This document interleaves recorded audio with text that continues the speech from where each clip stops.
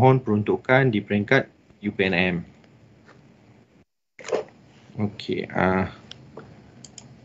Okey, ciri-ciri sumber elektronik. Kalau ikutkan ciri-ciri ni banyak, tapi saya konkludkan dia dalam 5 ciri utama. Okey, pertama adalah tanpa had.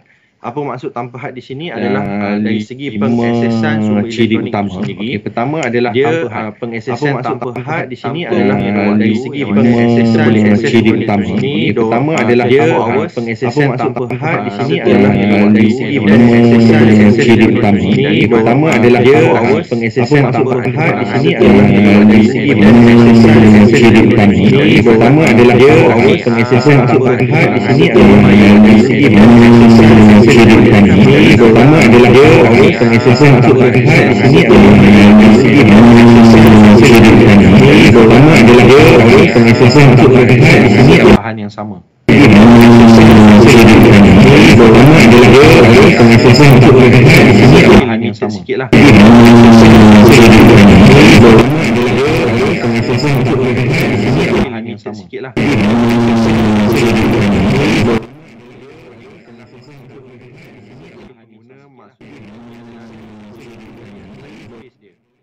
Interface dia adalah terlalu complicated ataupun simple, yang mana memudahkan pengguna untuk membuat carian. And then dia mesra pengguna dari segi hasil pencarian, yang mana hasil pencariannya pun kita mudah nak capai, and then kita mudah nak download. Itu pun kita ambil kira lah. Okey, yang ketiga adalah jimat ruangan. Maksud jimat ruangan di sini adalah jimat ruangan fizikal, yang mana kalau sebelum ini perpustakaan memfokuskan kepada bahan-bahan bercetak, yang mana bahan-bahan bercetak ni memerlukan ruangan dia tersendiri untuk meletak bahan-bahan tersebut.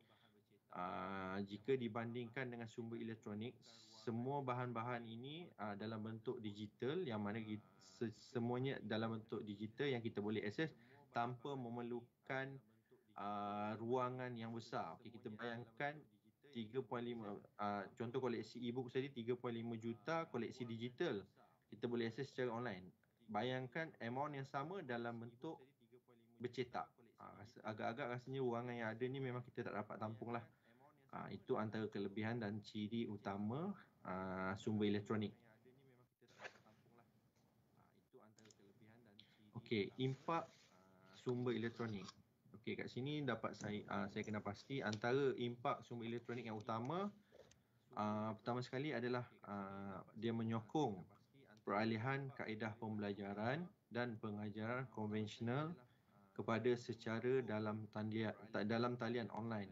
Okey, yang ni kita dapat lihat secara jelas lah sepanjang tempoh pandemik COVID-19 ini, kebanyakan proses pengajaran dan pembelajaran memfokuskan kepada kaedah online.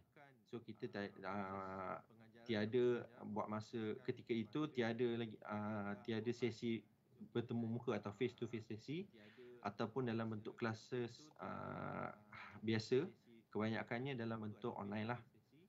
Di sini gunanya sumber elektronik bila secara online, bila sesi pembelajaran pengajaran, kebiasaan pensyarah atau student memerlukan bahan tu dengan kadar segera. Okey, untuk mendapatkan kadar tu, kalau kita bandingkan dengan koleksi bercetak agak sukar, so kena datang ke library, and then library pun tutup. Jika dibandingkan dengan sumber elektronik, so para pelajar atau pensyarah boleh akses terus melalui laman web yang disediakan oleh PGTI untuk mendapatkan bahan-bahan sumber elektronik tersebut. Okey, kedua, impak sumber elektronik adalah penggerak perkembangan perpustakaan bentuk baharu. Okey, maksud perpustakaan bentuk baharu ini adalah di Malaysia mungkin tak ada lagi, tapi di luar negara ada setengah perpustakaan yang memfokuskan bahan-bahan dia dalam bentuk digital sahaja. So dia declare perpustakaan dia tu sebagai digital library ataupun virtual library. And then tapi kebanyakan perpustakaan akademik di Malaysia adalah dalam bentuk hybrid library. Hybrid library ni yang mana dia ada koleksi bercetak and at the same time ada koleksi sumber elektronik. Maknanya dua-dua sumber tu masih dikekalkan lah. Itu kebanyakan perpustakaan di Malaysia ketika inilah. Okey, sumber elektronik juga menyokong pembelajaran sepanjang hayat. Maksud menyokong pembelajaran sepanjang hayat ini, bahan-bahan yang disediakan yang terdapat di dalam sumber elektronik bukan memfokuskan apa yang digunakan untuk proses pembelajaran, tetapi kita boleh gunakan sebagai rujukan sampingan. Okey, sebagai contohlah, kita boleh lihat semasa tempoh pandemik COVID ni, okey, banyak orang nak mencari sebagai contohlah COVID-19. Kita boleh lihat semasa kebanyakan pangkalan data yang dilanggar, banyak orang nak mencari mana-mana percakapan sediakan. Setiap pangkalan data itu atau penerbit pangkalan data menyediakan maklumat yang berkaitan dengan COVID-19 itu secara terperinci, dan sama ada dalam bentuk artikel, jurnal ataupun e-books. Dan sepanjang tempoh pandemik ini, bahan-bahan itu dikongsikan secara percuma, tiada cas yang dikenakan lah. Okay, so mana-mana individu yang nak dapatkan maklumat rincian secara langsung boleh akses kepada sumber elektronik. Selain itu juga, dia bukan sahaja memfokuskan topik-topik pembelajaran, topik-topik semasa pun juga dibekalkan oleh setiap pangkalan data atau sumber elektronik yang kita peroleh ini. Topik-topik semasa. Okey, sumber elektronik juga impak dia memenuhi kehendak dan keperluan generasi. Okey, next gen, maknanya generasi kini yang lebih memfokuskan kepada penggunaan alat peranti, sama ada telefon, laptop. Okay, mereka ni lebih prefer mengakses bahan-bahan dalam bentuk digital berbanding dengan bahan-bahan bentuk konvensional, iaitu bahan-bahan yang bercetak. Kerana bagi generasi-generasi ni, kecepatan dalam mendapatkan sesuatu maklumat adalah elemen utama mereka lah. Ataupun lebih kepada term mendapatkan sesuatu maklumat perkongsian bijak. Okay, sumber elektronik juga memberi impak di dalam peningkatan hasil penyelidikan dan kajian ilmiah. Ini tidak dinafikan jugalah, dengan adanya sumber rujukan elektronik ini, para penyelidik dapat mendapatkan maklumat yang mereka perlukan dengan pantaslah berbanding dengan cara lama dengan menggunakan bahan-bahan bercetak. So mengambil masa, and then ada gap lah untuk kita dapatkan bahan-bahan yang bentuk konvensional ni. Okay, jika dibandingkan dengan bahan-bahan bentuk digital, capaian dan perolehan bahan tersebut lebih pantas lah. Okay. Ketiga, impak yang terakhir adalah meningkatkan keterlihatan atau visibility organisasi dari aspek penerbitan ilmiah. Okey, yang ini saya dapat terangkan yang mana visibility yang masuk sini adalah hasil penerbitan ilmiah dari kalangan penyelidik dan pensyarah di universiti, yang mana diterbitkan di dalam jurnal online yang terdapat di dalam database yang dilanggar oleh universiti. Secara tidak langsung, hasil penyidikan mereka ini akan diakses oleh penyidik-penyidik dan pensyarah-pensyarah daripada universiti-universiti lain ataupun organisasi luar. So secara tidak langsung, hasil penyidikan mereka ini akan dapat dilihat, and then akan menjadi satu mendapat rujukan ataupun menjadi sitasi kepada penyidikan yang lain lah juga, menjadi rujukan utama. So ini antara impak sumber elektronik yang dapat saya nyatakanlah di sini. Okey, seterusnya cabaran sumber elektronik atau dalam pengurusan sumber elektronik. Okey, cabaran pertama adalah infrastruktur teknikal. Okey, untuk menjadikan kemudahan sumber elektronik berkesan dan lebih mudah untuk pengguna, kita memerlukan infrastruktur tertentu seperti perisian, perkakasan, kemudahan internet dan lain-lain peralatan fizikal dengan sambungan jalur lebar, berkelajuan tinggi dan peralatan fizikal yang lain. Kos infrastruktur dan pemasangan awal yang berkaitan dengan sumber elektronik ini akan melibatkan kos yang tinggi. Dalam sistem perkhidmatan maklumat digital, infrastruktur seperti perisian amat diperlukan ketiadaan infrastruktur yang sempurna dan rangkaian teknikal yang stabil akan menyukarkanlah dari segi penyediaan dan pembangunan sumber elektronik ini kepada pengguna secara tidak langsung. Okey, cabaran kedua adalah limitasi keuangan. Okey, limitasi keuangan tidak dinafikan di mana-mana organisasi sekalipun menghadapi cabaran yang utama, tetapi bagaimana organisasi itu menghadapinya adalah benda yang paling dititik beratkan. Okey, pembangunan sumber elektronik memerlukan dana, terutamanya sekali dari aspek langganan dan infrastruktur ICT serta penyelenggaraan yang berterusan. Kebanyakan perpustakaan mempunyai limitasi di dalam peruntukan kewangan untuk memantapkan sumber elektronik. Okey, oleh itu limitasi dana yang dihadapi perpustakaan untuk memantapkan sumber elektronik antara cabaran utama yang telah dikenal pasti dalam usaha pelaksanaan perpustakaan berteraskan digital. Tapi untuk inisiatif-inisiatif terdapat juga inisiatif yang diambil di peringkat perpustakaan, terutama sekali di perpustakaan universiti awam, yang dapat membantu sedikit sebanyak limitasi keuangan ini. Nanti saya akan bentangkan di dalam peluang sumber elektronik. Okey, ketiga adalah trend kenaikan harga. Okey, ketika ini kalau kita boleh lihat kenaikan harga langganan pangkalan data lah terutamanya tidak konsisten, yang mana boleh dikatakan kadar kenaikan di antara 5 hingga ke 13% kenaikan bagi setiap tahun. Okey, untuk menghadapi trend kenaikan harga ini, beberapa inisiatif juga turut diambil. Yang ini saya akan bentangkan kemudian lah, yang tidak dinafikan lah. Trend kenaikan harga ini juga memberi impak kepada peruntukan kewangan yang sedia ada. Okey, keempat, limitasi adalah keselamatan. Yang ini lebih kepada pengurusan sumber itu sendirilah, yang mana pengurusan sumber elektronik ini mempunyai batasan tertentu dari aspek keselamatan, terutama sekali dari aspek teknikal, disebabkan bahan-bahan yang disediakan dalam bentuk digital yang boleh diakses di atas talian. Penjenayah cyber dan pengundam akan mendatangkan masalah yang berbahaya bagi platform sumber elektronik. Antaranya yang kita boleh ambil contoh adalah seperti mana yang berlaku di muat turun secara rahsia.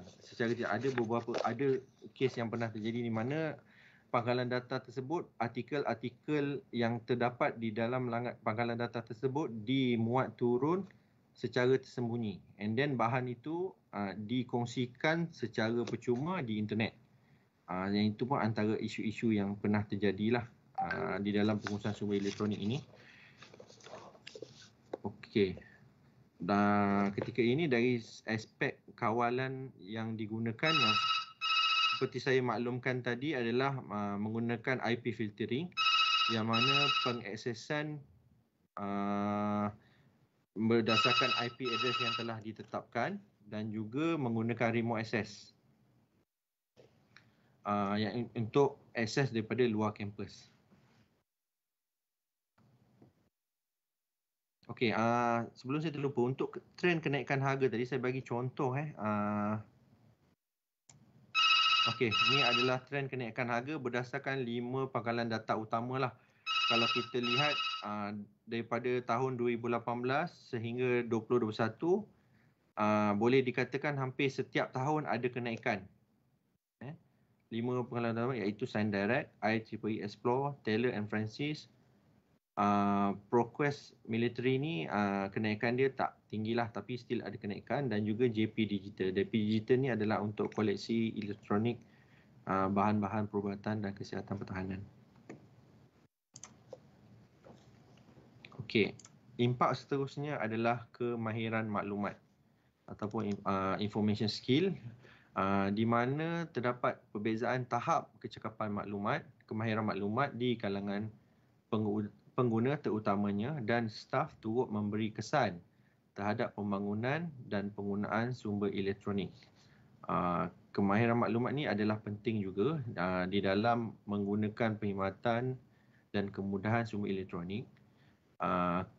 Pengguna perlu bijak bagaimana menggunakan maklumat atau sumber yang kita sediakan supaya tiada pembaziran maklumat yang kita gunakan. Okey, kemahiran dalam pencarian maklumat itu adalah elemen utama yang perlu ada pada setiap individu, bukan sahaja pada pengguna, malah di kalangan staf pun perlu ada skill-skill itu, sebab bila pengguna datang ke perpustakaan dan bertanya bagaimana untuk mendapatkan maklumat yang dikehendaki. So, kaedah pencarian tu setiap staf pun perlu tahulah, bukan di kalangan pustakawan sahaja yang tahulah.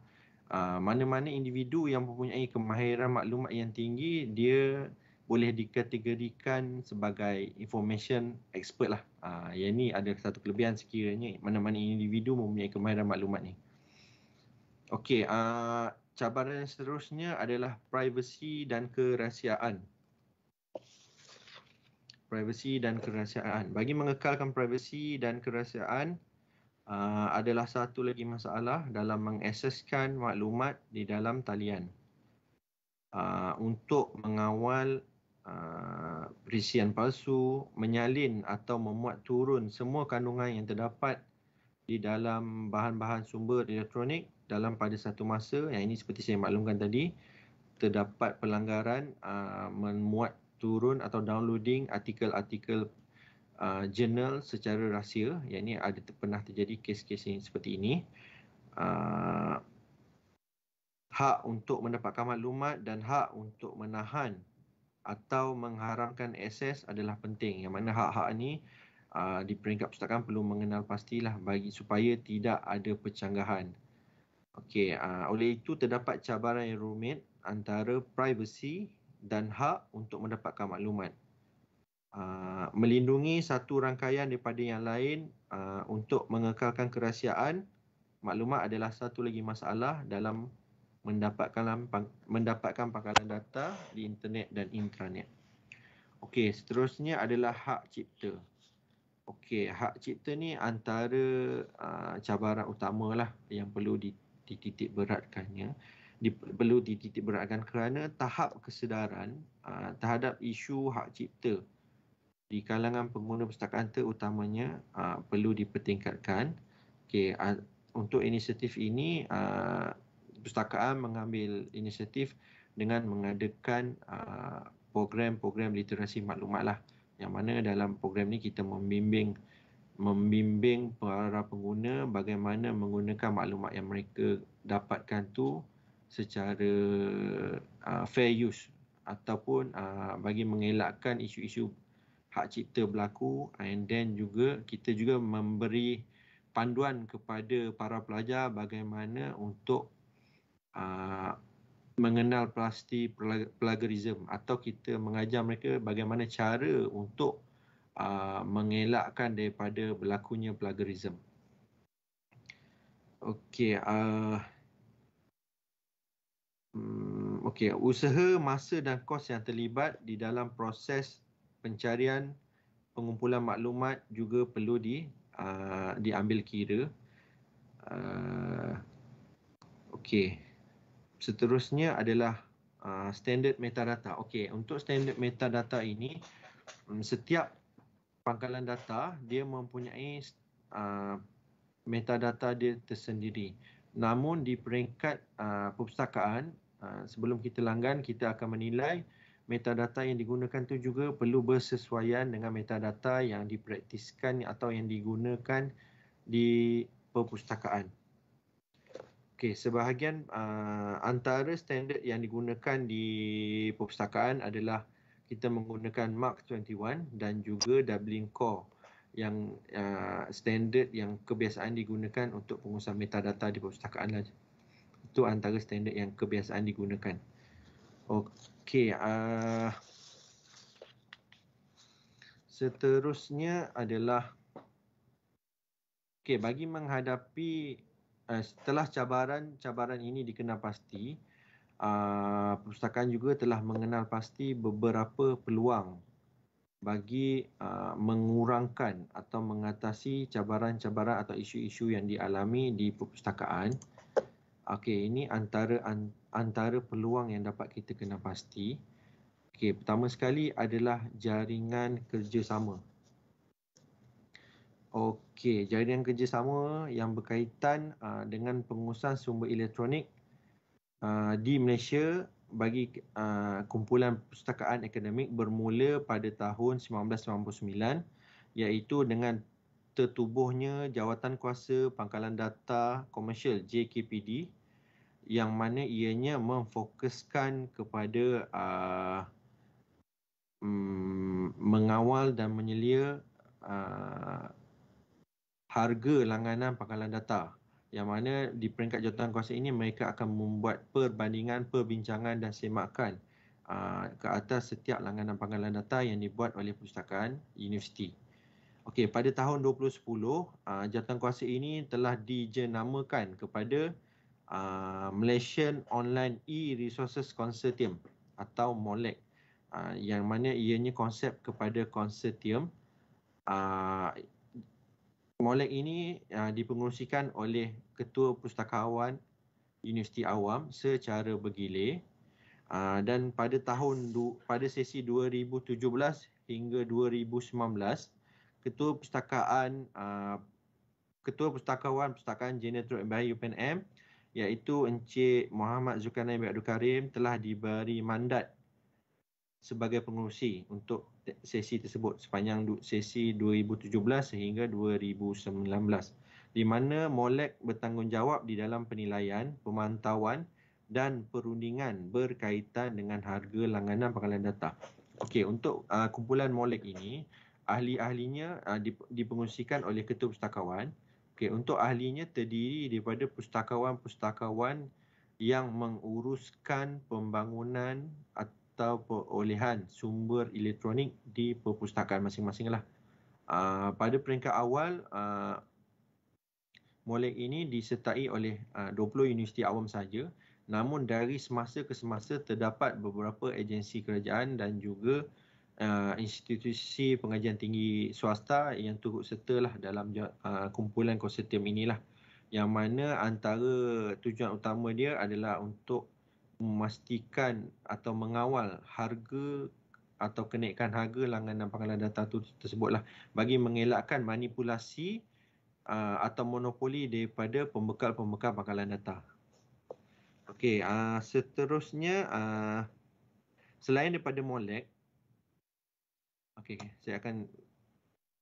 selain daripada MOLEC, yang ini saya akan highlightkan sedikit. Hasil jaringan kerjasama seterusnya adalah Konsortium Sumber Elektronik Pendidikan Tinggi, konsep, yang mana ianya telah dilancarkan pada 1 April 2021, iaitu Majlis Pelancaran Konsep dan menandatangani Memorandum Persefahaman, yang mana di peringkat UPNM diwakili oleh Datuk Naib Chancellor dan juga Ketua Pustakawan Encik Muhammad Zulkarnain. Ianya dirasmikan dan disaksikan sesi menandatangani itu oleh Yang Berbahagia Datuk Seri Dr. Noraini Ahmad, iaitu Menteri Pengajian Tinggi, di mana konsep ini ia merupakan kolaborasi antara bahagian Sitasi dan Infometrik BSI, atau sebelum ni dikenali sebagai Pusat Sitasi, dan Jawatankuasa Ketua Pustakawan Universiti Awam JKPUA, yang ini adalah jawatankuasa yang terdiri daripada Ketua Pustakawan 20 Universiti Awam di Malaysia, dan ianya juga kolaborasi melibatkan 20 Universiti Awam. Okey, tujuan utama dia adalah untuk penyelesaian kepada situasi peringkat kos langganan di peringkat UA dan menyediakan platform perkongsian sumber maklumat ilmiah dalam ekosistem pengajian tinggi. Okey, kalau ikutkan daripada di sini, konsep dan MOLEC dia berkolaborasi lah dari segi mendapatkan dan juga perkongsian maklumat, di mana Molek lebih kepada langganan pangkalan data yang tidak tersenarai di dalam konsep ini, sebab ada manakala di dalam konsep ada terdapat beberapa pangkalan data yang akan dimasukkanlah dalam konsortium ini. Okey, seterusnya adalah justifikasi konsep atau asas penubuhan konsep. Pertama sekali adalah bagi berikutan berlakunya peningkatan kos langganan, yang ini menjadi antara cabaran utama kesemua perpustakaan universiti awam. Kedua adalah penurunan bajet perpustakaan, yang ini tidak dinafikan di mana-mana organisasi menghadapi situasi yang sama. Okey, kapasiti UA bagi menyediakan akses kepada sumber elektronik. Yang ini kita mengikut perubahan atau trend perpustakaan itu sendiri, yang mana generasi terkini lebih beralih atau prefer kepada bahan-bahan yang berbentuk digital. So selari dengan itu, perpustakaan perlu mengikut trend tersebutlah bagi memastikan maklumat-maklumat yang diperlukan dapat dicapai. Okey, seterusnya adalah keperluan maklumat setara. Yang ni bagi tujuan keperluan di peringkat kementerian itu sendiri. Okey, meluaskan impak dan akses. Yang ni seperti yang saya nyatakan dalam impak sumber elektronik, ianya juga memainkan peranan di dalam justifikasi untuk penubuhan konsep itu sendiri. And then konsep itu sendiri akan mengenal pasti kaedah atau inisiatif dalam penjimatan kos, terutama sekali dalam penjimatan kos langganan pangkalan data. Okey, objektif konsep, dia terdapat 3 objektif utama. Objektif utama ini adalah untuk meningkatkan lagi penjimatan dan keberkesanan kos langganan pangkalan data. Hal ini adalah kerana rendetan daripada peningkatan kos langganan kepada sumber maklumat ini yang dialami oleh semua universiti awam setiap tahun. Kos langganan secara individu adalah lebih tinggi berbanding dengan langganan secara berpusat atau konsortium. Konsortium ini adalah tujuan utama penubuhan, antara tujuan utama penubuhan konsep. Kedua adalah meluaskan akses kepada sumber elektronik ilmiah dan berkualiti. Dengan termeterainya MOU ini, semua UA mempunyai hak dan keistimewaan yang sama di dalam meneroka peluang untuk memperkasakan kecemerlangan pendidikan tinggi dengan meluaskan akses sumber elektronik ilmiah dan berkualiti. Okey, justru itu prasarana atau infrastruktur ke arah pengoptimalan akses akan disediakan bagi meningkatkan kualiti pengajaran, pembelajaran, pendidikan di peringkat nasional. Okey, bagi objektif ketiga adalah meningkatkan perkongsian sumber digital. Okey, bermaksud di sini jaringan kerjasama ini akan menyediakan satu ekosistem perkongsian sumber ilmiah digital yang kondusif untuk komuniti pengajian tinggi. Dengan maksud perkongsian sumber ilmiah di sini adalah ketika ini di antara 20 universiti awam ini kita boleh membuat perkongsian bahan. Bagi bahan-bahan bercetak, kita boleh membuat, sekiranya bahan tu tiada, sebagai contoh di PGTI bahan tu tiada di dalam koleksi PGTI, kita boleh membuat pinjaman dengan perpustakaan universiti yang lain. Ia melalui perkhidmatan pinjaman antara perpustakaan atau interlibrary loan. Yang ini kita dah lama praktiskan lagi. Dah lama kita praktis ILL ni.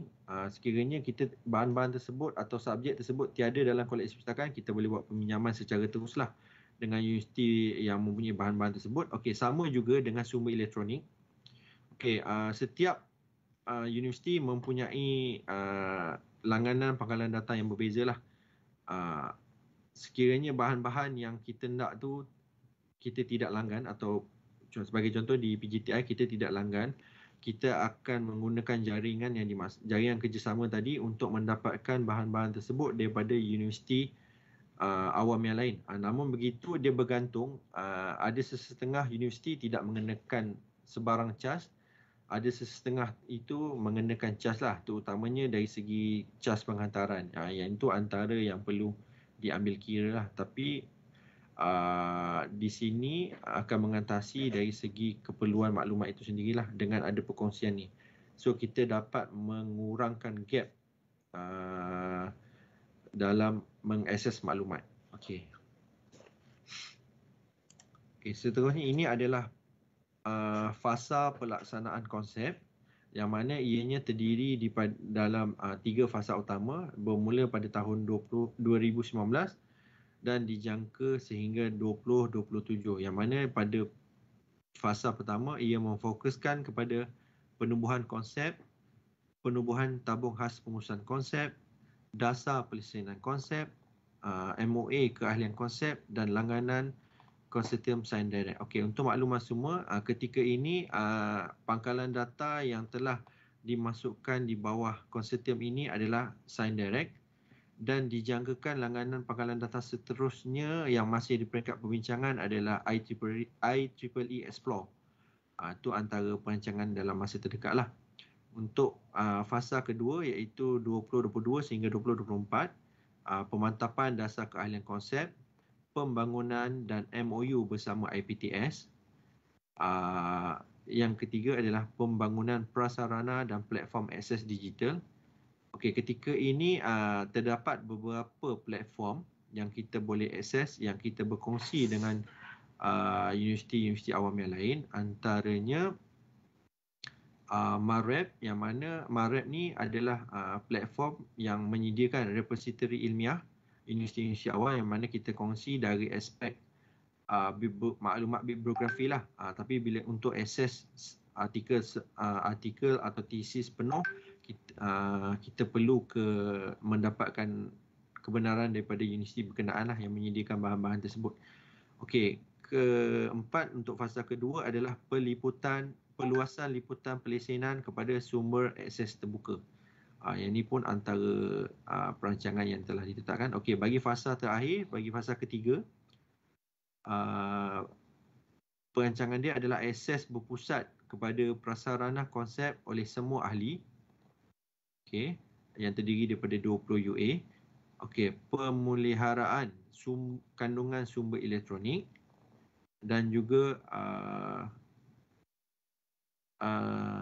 dan pembukaan dan MOU bersama Politeknik.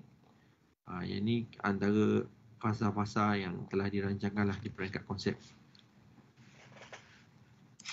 Okey, ini antara perancangan langganan yang telah dirancang oleh konsep.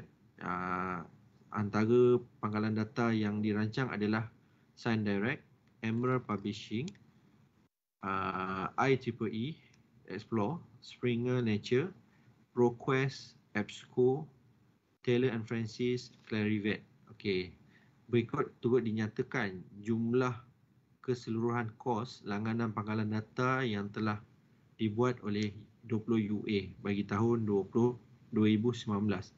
Okey, untuk maklumat, antara tujuan utama konsep dia adalah untuk mengawal atau memantau harga langganan pangkalan data itu sendirilah. Dari aspek perolehan bahan adalah tanggungjawab universiti masing-masing. Cuma di peringkat konsep dia akan memantau kadar kenaikan tu. Seperti sebelum ni, kadar kenaikan adalah 15 hingga ke 13%. Di peringkat konsep kita akan meminimalkan sehingga 1 ke hingga 2% ke kadar kenaikan sahaja bagi untuk kenaikan setiap tahun. Okey, itu antara perancangan yang telah dilaksanakan lah. Okey, seperti saya maklumkan tadi, tahap kemahiran maklumat memberi impak dan menjadi cabaran kepada perpustakaan. Bagi mengatasi masalah tersebut, di peringkat perpustakaan kita mengadakan program literasi maklumat. Yang mana program literasi maklumat ini merupakan program tunjuk ajar bagi membantu pengguna menggunakan segala sumber maklumat, terutama sekali sumber maklumat elektronik, perkhidmatan dan kemudahan yang disediakan oleh perpustakaan dengan lebih berkesan.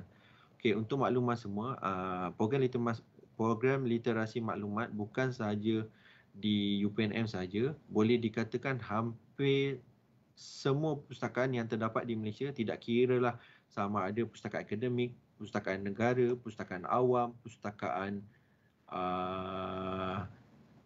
private, dia orang akan mengadakan program literasi maklumat berdasarkan target user dia orang tersendirilah, berdasarkan keperluan masing-masing.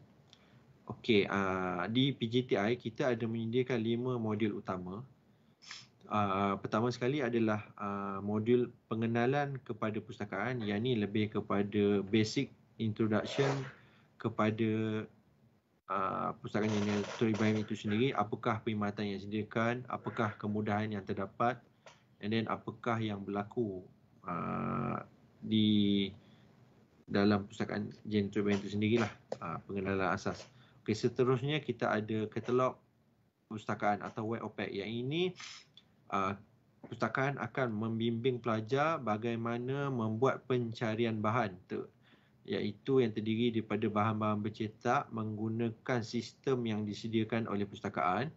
Okey, iaitu kita panggil web OPEC, yang mana pelajar tidak perlu browse atau mencari terus gerak dengan melihat satu-satu judul atau satu-satu bahan yang terdapat rak. So para pelajar ini boleh membuat pencarian dahulu di dalam web OPEC ini dengan mengenal pasti tajuk, and then hasil pencarian tu sistem akan memberikan lokasi di mana bahan tersebut boleh dapatlah. So berdasarkan call number tersebut, pengguna boleh terus gerak berdasarkan call number itu, kerana call number itu merupakan identiti kepada bahan tersebutlah bagi kita mengakses lokasi dia. Okey, seterusnya kita ada modul pangkalan data dan strategi pencarian, yang mana untuk modul ini pustakawan akan mengajar bagaimana kaedah pencarian strategik digunakan di dalam pencarian bahan di dalam pangkalan data lah. Yang ini in detail lah kaedah-kaedah pencarian, strategi pencarian yang akan diajar. Okey, seterusnya adalah modul plagiarism dan turn-in. Yang ini lebih kepada pustakawan akan membimbing para pengguna bagaimana menggunakan turn-in itu sendiri dan kaedah-kaedah untuk mengelakkan daripadanya berlaku plagiarism. Ini antara modul yang agak menarik jugalah. Antara kelas yang mendapat permintaan tinggi adalah plagiarism dan turn-in. Okey, modul yang seterusnya adalah citasi dan mendeleh. Yang ini akan membimbing para pengguna bagaimana untuk membuat citation dan juga bagaimana cara menggunakan mendeleh itu sendirilah.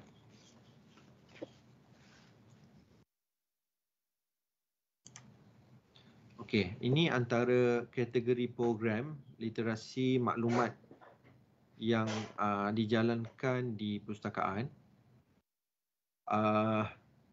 Pertama sekali adalah konsultasi literasi maklumat, yang mana konsultasi ini diberikan dalam bentuk sesi kumpulan kecil di antara 1 hingga 5 orang, yang mana konsultasi ini lebih memfokuskan kepada 5 modul tadi juga. And then kita ada juga kelas literasi maklumat, yang mana untuk sesi ini kelas melebihi daripada 5 orang. Okey, yang ini kelas literasi maklumat kebiasaannya berdasarkan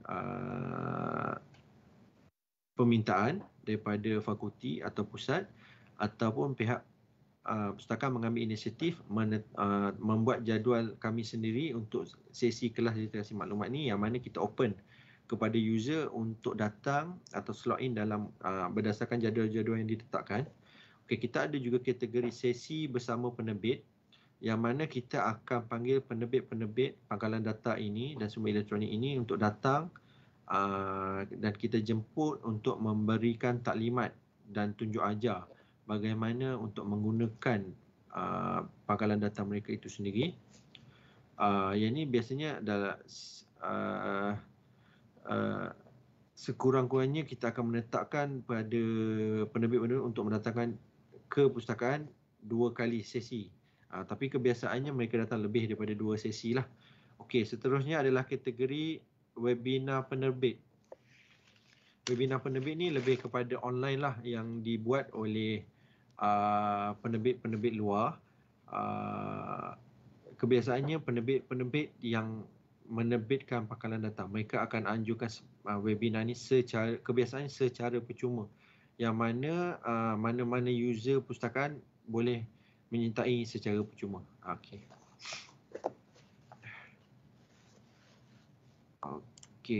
Okey, ni adalah berdasarkan yang tadilah.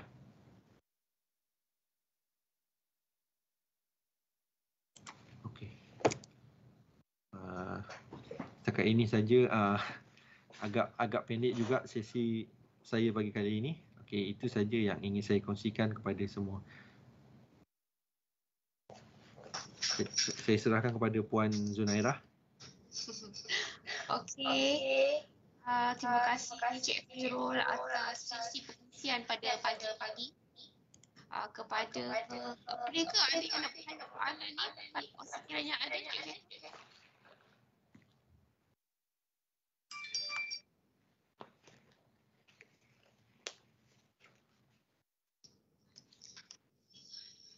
Kita bagi ni kita tengok sekejap di ruangan chat kita ada tak soalan. Okey, yang ini no kamera terbaik. Okey.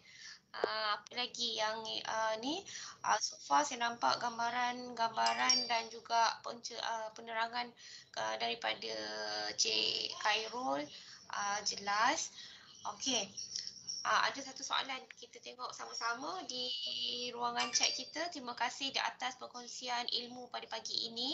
Ini daripada Encik Ahmad Syafiee.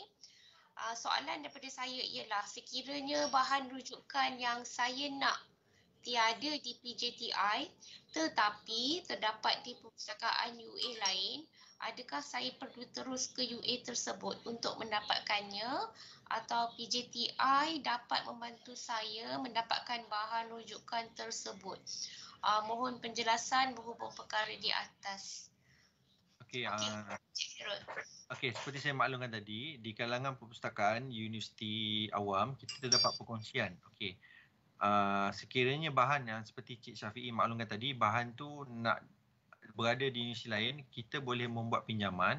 Kebiasaannya untuk proses pinjaman kita tak boleh pergi direct. Pinjaman kena melalui perpustakaan.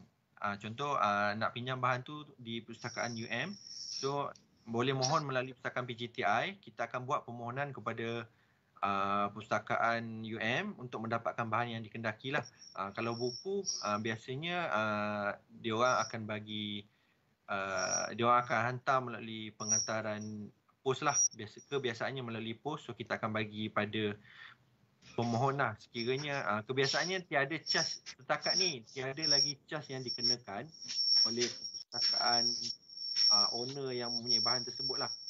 Tapi sekiranya Cik Syafiee hanya bertujuan mengakses atau membuat pembacaan atau membuat penyelidikan sahaja tanpa melibatkan peminjaman bahan, pengguna boleh terus ke perpustakaan tersebut untuk menggunakan perkhidmatan yang terdapat di sana dengan syarat membawa kad staff ataupun kad pelajar. So kalau macam contoh nak gunakan library UM tak ada masalah, boleh walk in saja, cuma kita perlu bawa kad lah sebagai bukti yang kita ni antara daripada Universiti Awam. Setengah Universiti Awam tak mengambil kira pun, tapi ada sebahagian tu dia melihat benda tu. So yang penting bawa je lah untuk kad staff atau kad student tu, kita boleh gunakan perkhidmatan kat sana. Tapi bagi tujuan pinjaman kena melalui perpustakaan asal. Kalau dari PJTI kena pinjam melalui PJTI lah. Kalau UM nak pinjam ke PJTI, pemohon tu kena mohon melalui perpustakaan UM. Macam tu lah. Dia tak ada, user tak boleh directly buat pinjaman dengan perpustakaan tersebut, melainkan sekiranya perpustakaan tersebut menyediakan perkhidmatan keahlian luar. Okey, kebiasaannya keahlian luar ni berbayar. Ini bergantung kepada UA masing-masing lah. Terdapat kadar-kadar tertentu lah yang diorang kenakan untuk keahlian luar. Tetapi kebiasaannya kita akan menggunakan perkhidmatan yang ada lah. Kita buat pinjaman melalui perpustakaan. Itu untuk buku, tapi kalau untuk artikel pun kita boleh buat juga. Mana-mana user boleh bagi in detail title and then sumber daripada pangkalan data mana kita akan tolong dapatkan daripada universiti yang mempunyai langganan pangkalan data tersebut. Kebiasaannya itu pun tak ada masalah, dia orang just akan email, kita akan bagi pada pengguna teruslah. Itu antara option. Kalau pinjaman antara universiti tadi tu, kita untuk di PNM kita ada borang ke untuk mereka isi atau online form ke? Ada borang yang perlu diisi. Borang tu kita boleh muat turun lah di laman web perpustakaan. Itu antara yang perlu dibuat lah sebagai rekod lah, untuk rekod. Untuk rekod. Okay. Sebab kalau once daripada yang tadi Cik Khairul bagi tahu, kalau misal kata ada pensyarah ke atau staff kita sendiri yang untuk nak pinjam buku, bila tengok dekat tu tak ada, so mungkin selalu ambil masa berapa lama tu? Dia bergantung kepada pemilik bahan. Kalau pemilik bahan tu sedia ada, cepat je lah, biasanya dalam tempoh 7 hari bekerja. Tetapi saya cadangkan sekiranya bahan tu macam Cik Syafiee kata tadi, dia dah kenal pasti bahan tu dah ada di universiti mana. Maknanya dia dah tahu bahan tu available ke tak di universiti. Sebab bila kita buka web OPAC, semua universiti, pustakaan universiti ada web OPAC sendiri. So dalam web OPAC tu dia akan menyatakan bahan tu available atau tidak. Sekiranya bahan tu available, maknanya tak proses pinjaman tu tak mengambil masa yang panjang lah. Tak silap saya minimum 7 hari bekerja. Sebab nak mengambil kira delivery lah. Dan mungkin ada di kalangan staff di UPNM pun ada yang jarang pergi ke library kita sendirilah. So kalau misal kata yang mereka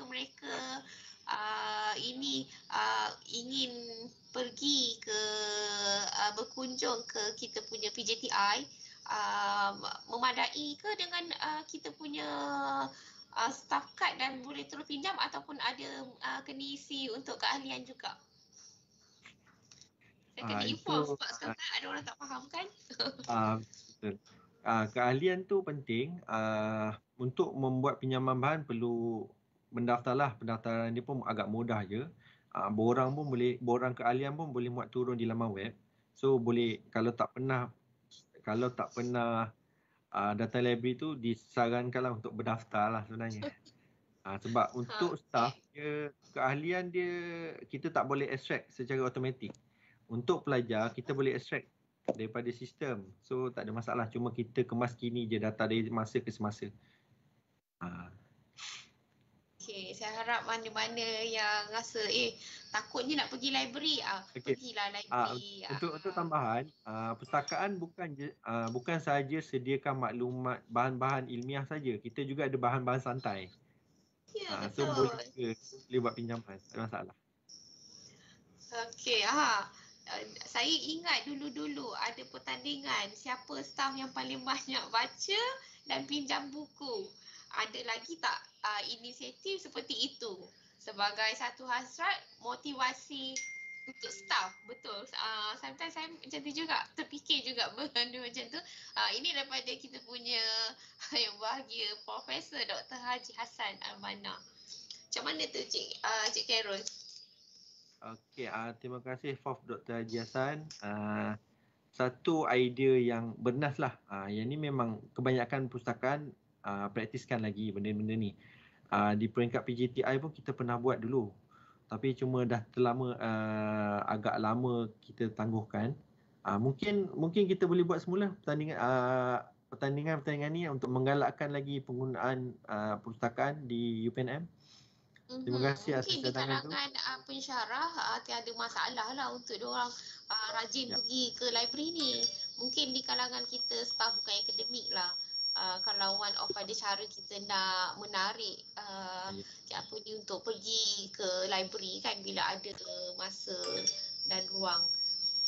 Sebab saya kita pernah buat Hari Anugerah Perpustakaan. Kalau ikut perancangan tahun ni kita bercadang nak buat Hari Anugerah Perpustakaan, seperti mana kita memberi anugerah kepada peminjam terbanyak, dan beberapa kriteria fakulti yang mempunyai bilangan peminjam yang banyak. Ada benda-benda tu kita buat. Cuma untuk 2 tahun ni kita tertangguh lah sepanjang tempoh pandemik ni, dan kita jangkakan tahun ni kita akan buat semula hari anugerah tersebut. Betul tak nafikan, memang dalam tempoh pandemik dan sekarang pun masih lagi kita terkesan. Mungkin sikit-sikit nanti kita akan back to normal lah kan. Okey, ada lagi ke soalan atau pandangan kepada kita punya, jarang kita dapat dengan Perpustakaan Generator Ibrahim. So ini adalah langkah awal untuk yang dengan Cik Khairul, dan mungkin selepas ni sampai turn untuk yang library lain, kita dengarkan juga perkongsian daripada mereka. Kalau tak ada lagi soalan, kita boleh bergambar, dan saya mohon kepada yang, alhamdulillah untuk pada pagi ini di ruangan untuk Microsoft Teams sahaja ada dalam 105, 106, dan juga tadi saya nampak di Facebook pun ada. Walaupun sekarang ni kita dah sedikit dah mula sibuk dengan mesyuarat dengan tak lama lagi kita akan dengan nak convocation. So untuk di akhir sesi ini, sebelum apa-apa saya ucapkan jutaan terima kasih kepada Cik Khairul Anwar dan juga kepada semua peserta yang hadirin yang dapat bersama-sama dalam Microsoft Teams dan juga di dalam Facebook pejabat pendaftar pada pagi ini. Sehingga kita berjumpa lagi untuk sesi yang seterusnya. Mohon untuk yang berada di PC dan ada webcam, boleh buka webcam untuk kita bergambar bersama-sama untuk sebagai tanda kenang-kenangan kita. Okey, alhamdulillah. Staff library sendiri ada tak? Pagi ni? Ada. Cik Pak Izzah ada. Sekejap ya.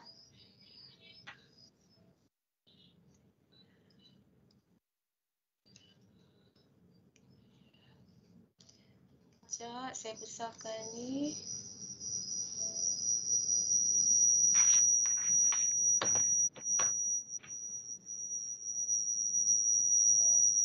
Cik Zul tak ada ya pagi ni? Saya buat perkiraan dalam 5, 1, 2, 3, 4, 5, thumbs up.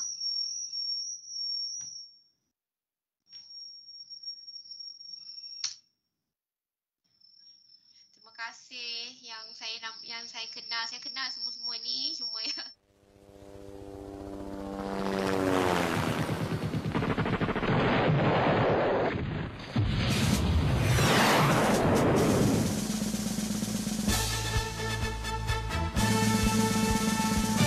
Perkasa jati diri, berilmu dan berbudi, bertekad curah bakti demi pertiwi.